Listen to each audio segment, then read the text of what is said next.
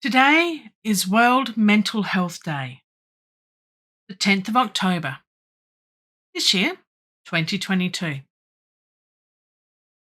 G'day, I'm Keeonra from Keeonra Music, and I usually do videos about singing, songwriting, music production, a little bit of composing I'm starting to get into, but also music psychology. And part of all of that is mental health. So it's quite appropriate actually for me to do a short video on Mental Health Day. And I want to highlight how we can improve our mental health and stay mentally well. We can also prevent mental health disorders. So stick around to learn more about that. So, how can we stay mentally well? Well, there's a few things. For example, getting enough and good quality sleep. Something I sometimes struggle with if I'm a bit stressed or anxious, but getting a good sleep is a good foundation for our mental well-being. So, there's lots of ways you can improve upon that and you can find out for yourself, but generally, if we're having disruptive sleep, waking up in the middle of the night, or not getting a good quality sleep, you feel tired the next day, those sorts of things, often that might be an indication that our mental health isn't doing so well. It's best to get checked up from your medical doctor, your health practitioner, or you can look up the information online. I'm not a qualified psychologist or counsellor, but I have worked in the area of mental health previously. I do have a degree in psychology. A lot of people do, and that's great. But I know some stuff and I like to be able to provide some advice based on not only what research says and what the scientific evidence shows, but also from my own lived experience. So, how can we have a mentally well life? Okay, sleep's the first one. Another one is exercise, but just being physically active. Doesn't necessarily mean you have to go out and do a workout every day. If you do, that's really, really great. But if you can't or don't have the time or the physical ability to, then the next best thing is just to go for a walk, go get some sunshine. I was hoping to record this out in the beautiful sunshine today, and of course, it's raining outside. So I've decided that today is the time to just remain inside in the nice and warm. It's very cold and wet and wintry out there, even though it's supposed to be spring. Just one of those days, I suppose. Eating healthy is also a good thing. Now, it doesn't mean we have to be on a strict diet or anything like that, but making healthier choices when we can is a better way of being physically well, which also has an effect on our mental well-being too. So, I've always likened it to being mentally well means being well from here down. It's the whole body. So, if you're physically well, then you're more likely to be mentally well. So, keeping mentally well is a good thing. Other things we can do to be mentally well and mentally healthy is to ensure that we have good support systems in place, family, friends, social networks, that sort of thing.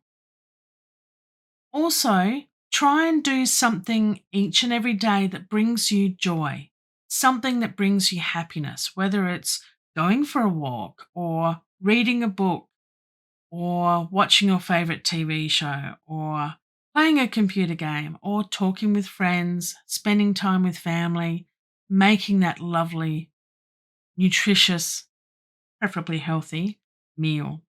Whatever it is, try and do one thing a day that brings you at least a moment of joy.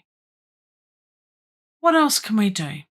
Well, there are actually lots of things we can do. If you're in any doubt, please go and seek medical advice, professional advice. And even when life is a little bit challenging, well, you can do more by training your brain to better cope with what life might throw at you. One of those things is suggested by Dr. Martin Seligman, who is one of the founding people in the world of positive psychology from many years ago. And something that he brought up was that not everyone is inclined to be positive or happy in their life. Perhaps it's something that they need to learn. And a lot of research has indicated that this is the case. So, building upon Dr. Martin Seligman's research in positive psychology and gratitude is things like being grateful for things that have occurred each and every day. Even when you may have had a really bad day, you can still find something to be grateful for. So, one exercise that each and every one of us can do is have a journal, or you can put it on your phone. There's actually some apps available if you want to find out more about that. But simply, you can write in a notebook, I am grateful. I am grateful for the flowers. I'm grateful for the trees, even though they make me sneeze. Yes, these are lines from my song, but that's where the basis of my song came from. Dr. Martin Seligman's research as a psychologist in the world of creating happiness. And it has been found that those that do write down 3 things, just 5 or 10 minutes every day, write down 3 things that they're grateful for, that their chance of mentally coping with everyday life is improved.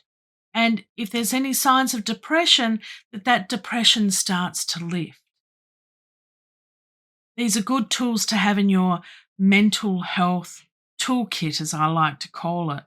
And writing down what you're grateful for also focuses your mind and your conscious. You become more aware of what actually matters to you, what's really important to you.